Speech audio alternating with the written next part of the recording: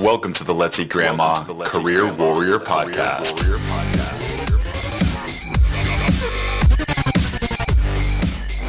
All right, welcome to the 37th episode of the Let's Eat Grandma Career Warrior Podcast, where our goal is not only to help you land your dream job, but to be the best professional you can be. Today, we have such an interesting one. This is something that I think all of us can relate to no matter what our jobs are, or maybe you're even dealing with it right now. That's setting boundaries at work. This is huge. Unless you are the ultimate pushover of pushovers, boundaries are something that you should have and are essential to your own health. So today we're going to cover why boundaries are so important and what some ways are that we can start thinking about setting those boundaries. Maybe you're listening to this episode and this is something that you've never thought of before. Well, that changes today. Because today you are a career warrior and you're not just a regular worker bee. So it's time to become the best version of yourself, and that's exactly what we're getting at here. All right, let's get to it. Let's make your life even more fulfilling with our 37th episode of the Career Warrior Podcast.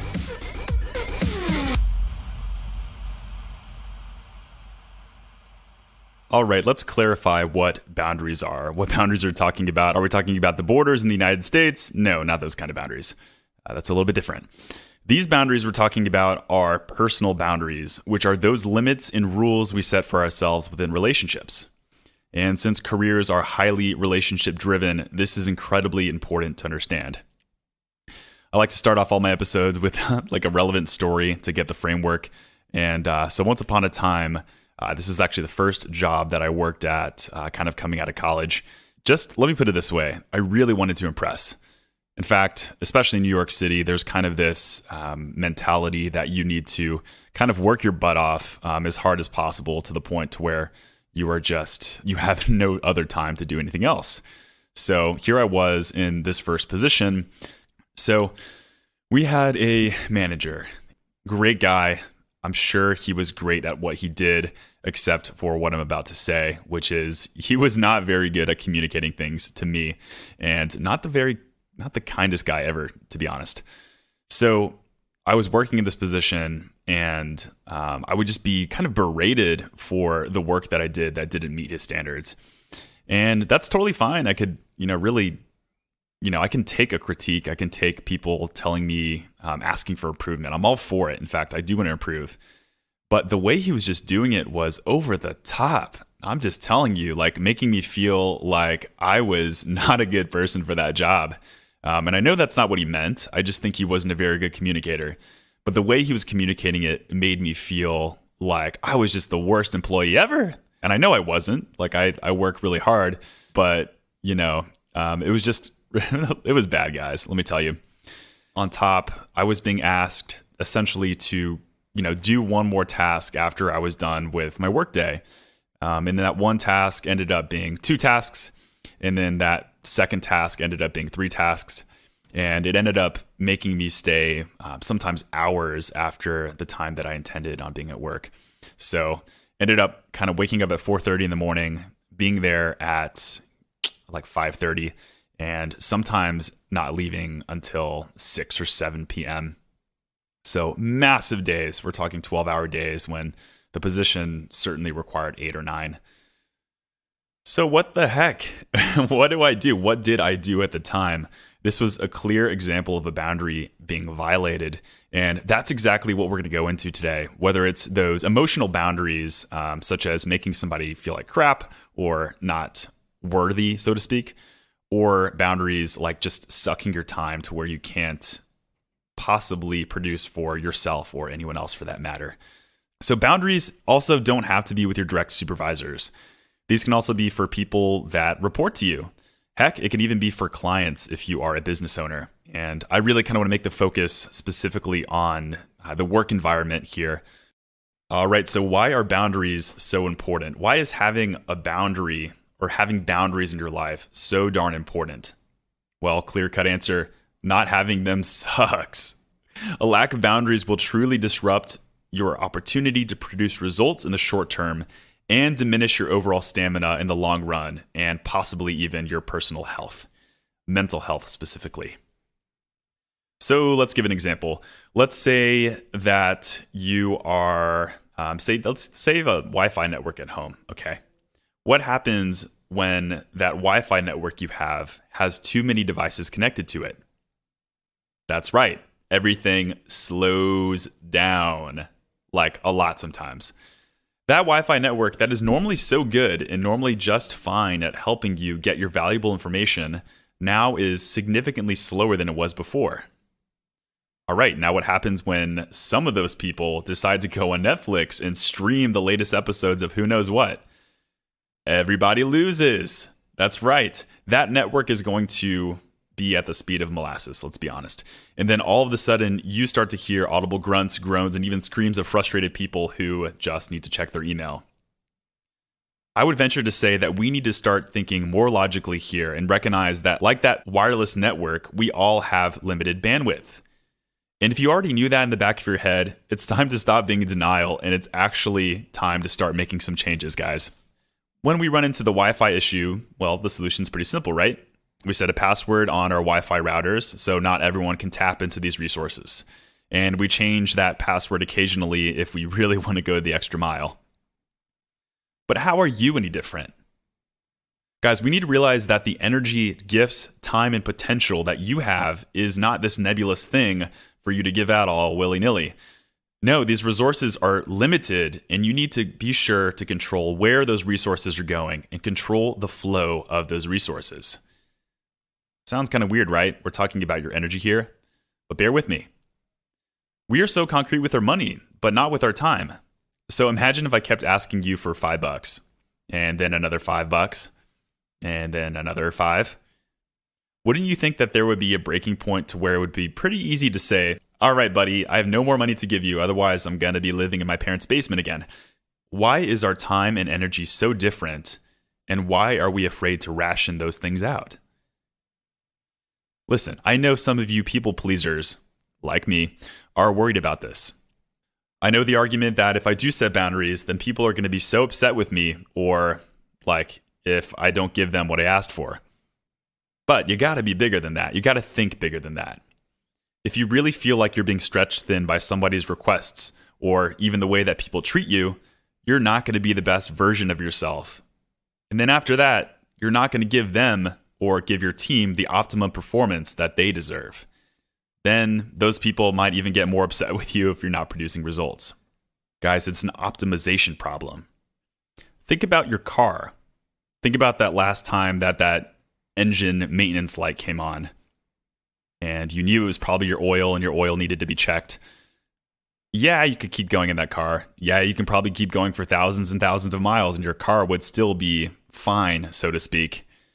But what happens after you keep doing that over and over again? What happens after the, 6,000th mile, 10,000th mile? Something is going to go wrong.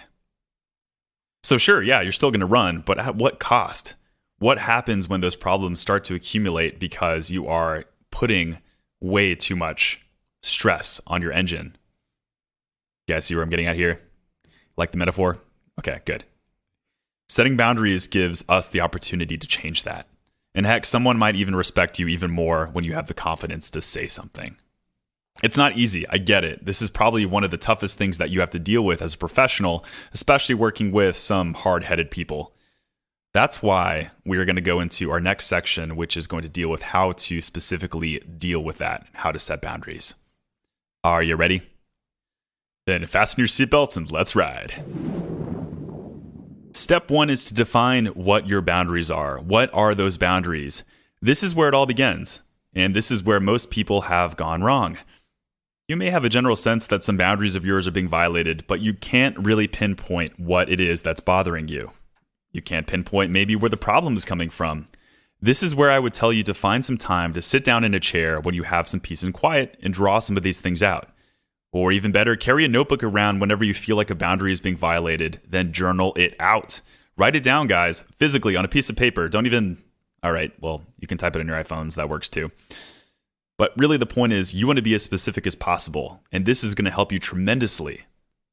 For instance, you may want to set boundaries like this. I draw the line where somebody is more than 10 minutes late to my meetings, and this happens twice in 1 month. Or, I draw the line when somebody harshly criticizes my work, but has no constructive feedback that will help me get better for next time. Or I draw the line where somebody curses at me. Or I draw the line where I'm being asked to work on a Saturday without a week's notice, causing me to miss my kid's soccer game. So as I tell you to do in your resumes, quantify, quantify, quantify, I really would tell you the same thing in your boundaries, because this is going to help you show more intent and make things even clearer for the future. The more numbers, the better, I'm telling you. Step 2 is to start with yourself. And this is so important, guys. A really essential thing to note is that a boundary is not just about the other person. It really is about you mostly. And according to the internet radio host, Andrea Matthews, boundaries should also motivate the boundary holder's behavior, not just that needy friend or angry boss. This is important to realize because at the end of the day, you can't fully control someone else's behavior, right? The best place to start, and at the risk of sounding like a tacky rock ballad, is with yourself. Guys, there needs to really be a sense of accountability for your own actions, as well as communicating what those boundaries are specifically.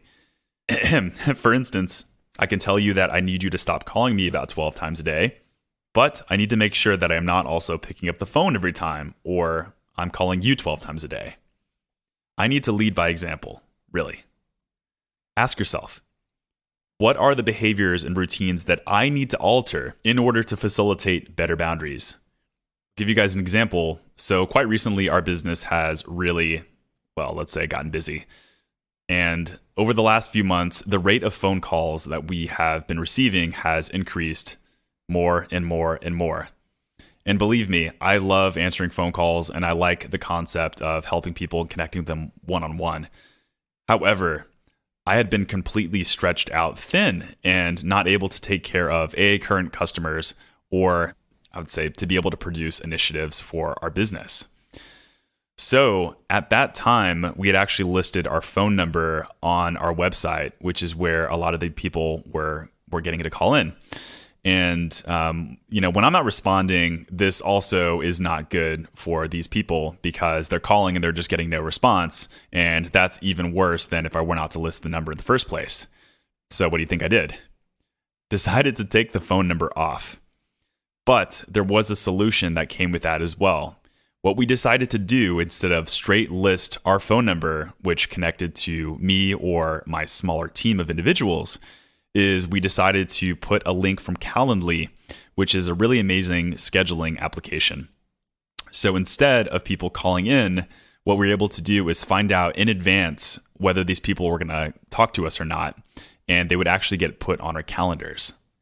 This is a much better opportunity, and this solution actually helped out our business with connecting with more customers because it just was more organized. This is an example of me really taking a boundary into my own hands. I can't say something like, guys, stop calling me so much. This is getting out of hand. I can't possibly handle you guys. This is a situation where I had to exercise some logistics, some strategy, and actual personal boundaries to make that happen. And it's all on me. It's all on you guys too. It starts with yourself. So can't hammer that point home enough. Start with yourself and then hold the other people accountable to follow those boundaries. All right, and the third step is to communicate those boundaries respectfully when necessary. So let's say you're in a situation where your boundaries are already being violated, or this is going to keep happening again and again in the future. So let's take the extreme example where this is a serious recurring issue, like in the case of my boss constantly berating me or asking me to stay late. This is where a great amount of tact and courage will need to take place. And guys, I highly encourage you to take some time to meet with somebody formally if you think that's necessary. This is where you need to change the thought from how can I not get fired or piss this person off to how can I approach this in a problem-solving mode that can benefit both parties? And I'm telling you, be as specific as possible as this is going to help you out. Like your interviews, I highly recommend writing out your message on your iPhone or on a piece of paper and rehearsing that message out loud or in front of a mirror or possibly in your car on the way to work. Trust me, You're going to come off across a lot more confident, clear, and respectful if you can just refine that message. Some potential things to map out in your message are, number one, establishing the fact that you do respect this person and that you are on the same page. What this does is it disarms people from getting too defensive from the beginning. Another thing to talk about, maybe how you feel when that boundary is being crossed. This is really important, and this is where it's important also not to get too emotional, but you're approaching this from an objective standpoint. These are just the facts, and you're telling them how you feel. Maybe you can tell them how you feel it's affecting your work. So what are some of the consequences of your boundary being crossed? Do you feel like you are stretching your... Sorry, peanut in my throat. Do you feel like you are affecting your work? Do you feel like this is stretching yourself thin? Do you feel like you're not being the best employee that you can for the company? Really, at the end of the day, if you guys are on the same team, they should see that this is not a good thing for either party. And the last thing, and possibly one of the best tools or things you can bring to the table in this conversation, what you would like the communication going forward to be. What does future communication look like between you and this person? What does your relationship look like going forward? It's always really important to be a visionary and to be forward thinking. Don't just look on the past and say, I don't like that. Look on the positive and say, this is what our relationship could be or what our communication could be. That's really important because you need to give some sort of direction or some sort of leadership. Otherwise, people may not know where to go or they may not know what specifically you're talking about. So I'll give you guys a working example of what that could look like. And we'll use the example of the boss that was berating me back in the day and kept asking me to stay late for no reason whatsoever. Hey man, I just wanted to see if you have a few moments. I'd like to talk to you about something. Boom. That way you can pull them off to the side, and that way it's not all awkward and stuff when other people are staring at you. Then what you do is establish the fact that you respect this person and that you are on the same page. So, hey man, I just want to let you know that first and foremost, I do respect you as a manager. I think you have done a really good job leading the company, and I really want you to know that we are in the same team here. You know, I want to make sure that our customers are happy and that we are managing a really good team here. Number two, talk about how you feel when that boundary is being crossed.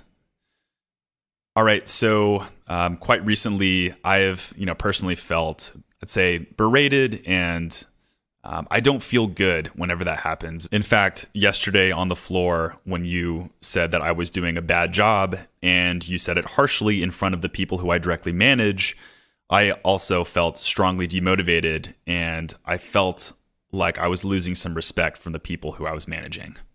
Does that make sense? Number three, how you feel it's affecting your work. I feel like I have been able to lead my team with a little bit less confidence because of the way you've been treating me. Number four, what you would like the communication to be going forward. To be honest, I would like to see that stop. And I feel like our relationship could be a lot more fruitful and productive if you and I are communicating with each other a little bit nicer. I also feel like if you do want me to stay late for whatever reason, I would really appreciate it if you asked me ahead of time instead of at the last minute when I think I'm about to leave. And this is also one of the reasons why I feel like I'm being stretched thin, and just want to really emphasize the fact that I want to do good work for you and I really want to make this happen, but I just think I can be a much better employee if we have a better working relationship and that there's better communication going forward. And then, guys, you really stop and listen to what they have to say. That is equally as important as what you just said, because maybe then they're going to give you some hints on what's going to make it better for you going forward to communicate with them. And this is incredibly helpful. Maybe they will start apologizing profusely and let you know that they respect you in return, and they hope that the relationship can be good going forward, as this actually happened to me back in the day. Guys, this is a conversation, and you really want to make sure that you're setting the pace going forward. And it's really not that hard, especially if you prepare ahead of time and really write out those notes like I told you, because believe me, I don't think I could have done that on the fly. Cool? But you get the sense of it, guys. you get the sense of how this can be a totally normal, good conversation that can actually benefit you in the future. I really want this to inspire you guys, and I want you to realize that if you're listening to this message feeling like your boundaries are being violated, that there is a better solution out there, and that it's possible to have better dynamics at work because of it. So there are 2 changes I would like to add to this example. So let's say that you know in your heart of hearts that this person would not take any of it. Let's just say that you know that talking to this person, they're just going to laugh in your face or, say that, this is ridiculous or something like that. I venture to say more the lines that people are nicer than you would think, and most people have a heart. But let's be honest, not everyone's like that. Not everyone. Maybe there's a formal complaint process in place. Maybe that person, the boundary violator, would not be the best person to talk to. But I believe the message should still be the same when you go in and you talk to their boss, or when you go in and talk to human resources. But maybe this is just me. I like to take my problems up with the people that cause them. It's more upfront, honest, and usually does a better job at solving the problem. Here's the other thing, guys. The other thing is maybe you don't need to say something like, "Do you have a minute?" and then pull them aside for a formal meeting. You can still be a little bit more nuanced with your communication, but perhaps this is when the issue is less serious. Like if somebody makes an inappropriate comment for the first time, this is something where you might say something along the lines of, "Could you not say that?" Or, "I think that crossed the line. I'm sorry." So I think it's okay to have boundaries, and in the end, people are going to respect you for it, first and foremost, and you're not going to let your mental health get driven down to the ground. And maybe most importantly, you will be able to be the best professional you can be, and not this person that's being stretched thin or driven to the ground. Don't be a person that's stretched thin or driven to the ground, because that is not who you were made to be. All right? So, final words of advice for some people. Show some courage. Do it. Your life is going to be better. Your family, your coworkers, everyone around you will thank you for it, especially yourself. You're really going to notice it in your energy levels if this is really draining you when people are crossing the line, so to speak. So, a couple of other resources I would suggest you guys listen to. We're going to post that article on Psychology Today that I mentioned earlier about the accountability being on yourself. I think it's a really good, really well-written one. And maybe you should listen to the podcast episode, "When Should You Quit Your Job?" which is episode number 31. Just saying, it might help you give some perspective. My call to action for you. I want each and every one of you who feels like your boundaries are being violated to take one action step for themselves this week. Give yourself a specific time and date that you're going to take that action step.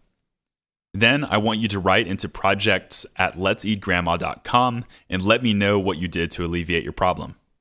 So that's projects@letseatgrandma.com. If you're okay with it, I'd love to share your story on our next Boundaries episode, and I think it would be inspiring for a lot of people out there. So when I say go ahead and write one action step, maybe that's actually writing out what your boundaries are, or maybe it's that actual conversation that you have with the person who's violating those boundaries and what the outcome was of that. All right, guys, this has been a really, truly motivating episode, even for me to just talk about it. I get all hyped up and excited, just knowing that there's so much empowerment in this, and that definitely your lives can be changed and improved for the better. So I want you to actually go out and do something about this, and not just listen and get hyped up and then just go to sleep or whatever it is, whatever it is you do. So get out there, start setting some boundaries, start showing some confidence, and really make this happen for yourself. All right, until next time, cheers, guys. Go out and be warriors. And for more on your job search, make sure to check out letseatgrandma.com. That's where you can find our blog, where we post the podcast show notes and so many more articles that will help you in your job search. You can also check out our resume services if you are interested in getting your resume professionally reworked. And please make sure to show us some love by jumping onto iTunes and leaving us a rating. The support from my fellow warriors will show the world how great this podcast is and help other people in their job search. Pay it forward. Thanks, guys, for being true warriors, and thank you for tuning in. I'll see you next week.